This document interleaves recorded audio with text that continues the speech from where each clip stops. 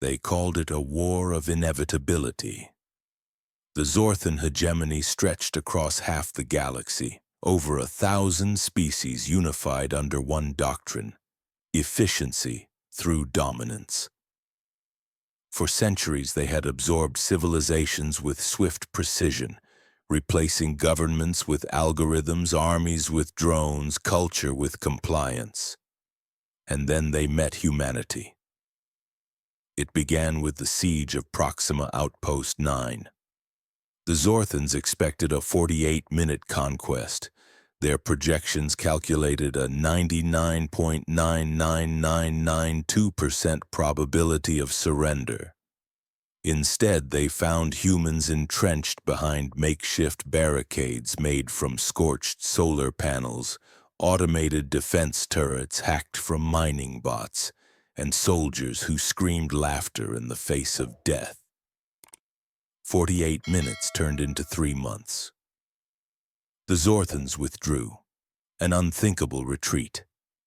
This anomaly sparked interest from the Science Directorate, and so, a xenobehavioral scientist named Dr. Xyloth Varkin, a Krelian with a brain the size of a fusion core, was assigned to study the problem. His mission: understand human resistance. His conclusion: illogical. Human tenacity cannot be computed, he reported, tentacles twitching with discomfort. Their resistance isn't just physical, it's cultural, emotional, even spiritual. They fight long after defeat is certain. To understand, he went deeper. He embedded himself within a captured resistance cell, not as a spy, but as a scientist. The humans called him Doc Alien and made jokes at his expense, but they let him observe. What he saw, he could not reconcile. A woman who dragged herself across broken glass to reset a transmitter that had already been destroyed. Just in case someone's listening. A teenage engineer who rerouted a failing reactor with bubblegum and prayers. A captain who refused evacuation because I started this fight, I'll finish it. Dr. Varkin had seen species sacrifice before. But this wasn't sacrifice, it was obsession. A refusal to let go. He fed the data into his analysis engines. The results were terrifying. Human tenacity was not an error. It was an evolutionary adaptation.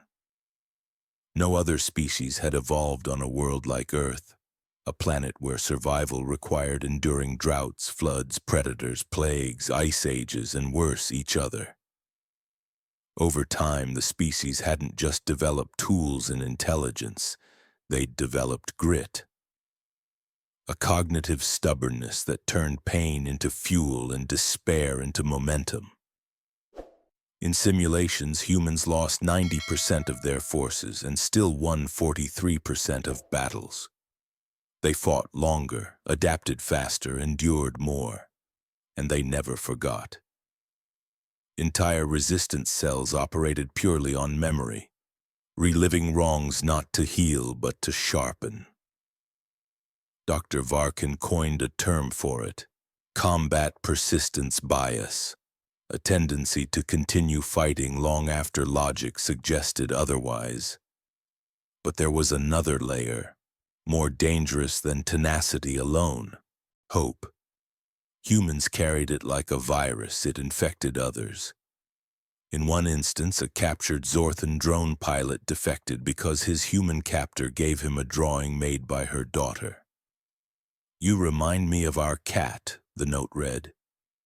The pilot had no idea what a cat was, but he wept.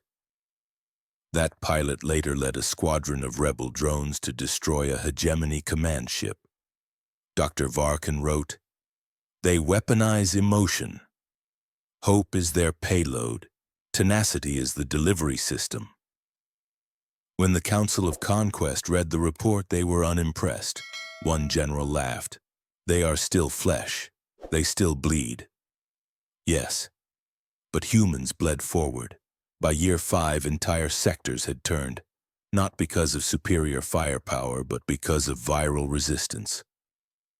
Every failed invasion taught humans something new. Every fallen outpost became a lesson. Their tech improved. Their coordination tightened. They evolved under pressure, in real time. Zorthan algorithms couldn't adapt fast enough. The war tipped, and still the humans did not relent, because for them victory wasn't just survival, it was meaning. Every act of defiance honored someone who'd fallen. Every stand was personal. Dr. Varkan defected in the 7th year. He appeared on a pirate broadcast from Terra Nova surrounded by human soldiers. He looked thinner, but he spoke with conviction. You cannot quantify human defiance. I have tried.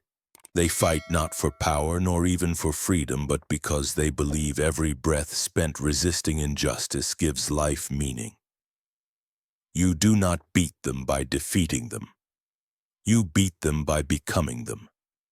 And that is something the hegemony will never understand. By the 10th year, the war ended, not with Earth's destruction, but with the fall of the hegemony itself. And at the heart of every rebel banner flown across the stars, one phrase appeared again and again. We endure. We evolve. We win.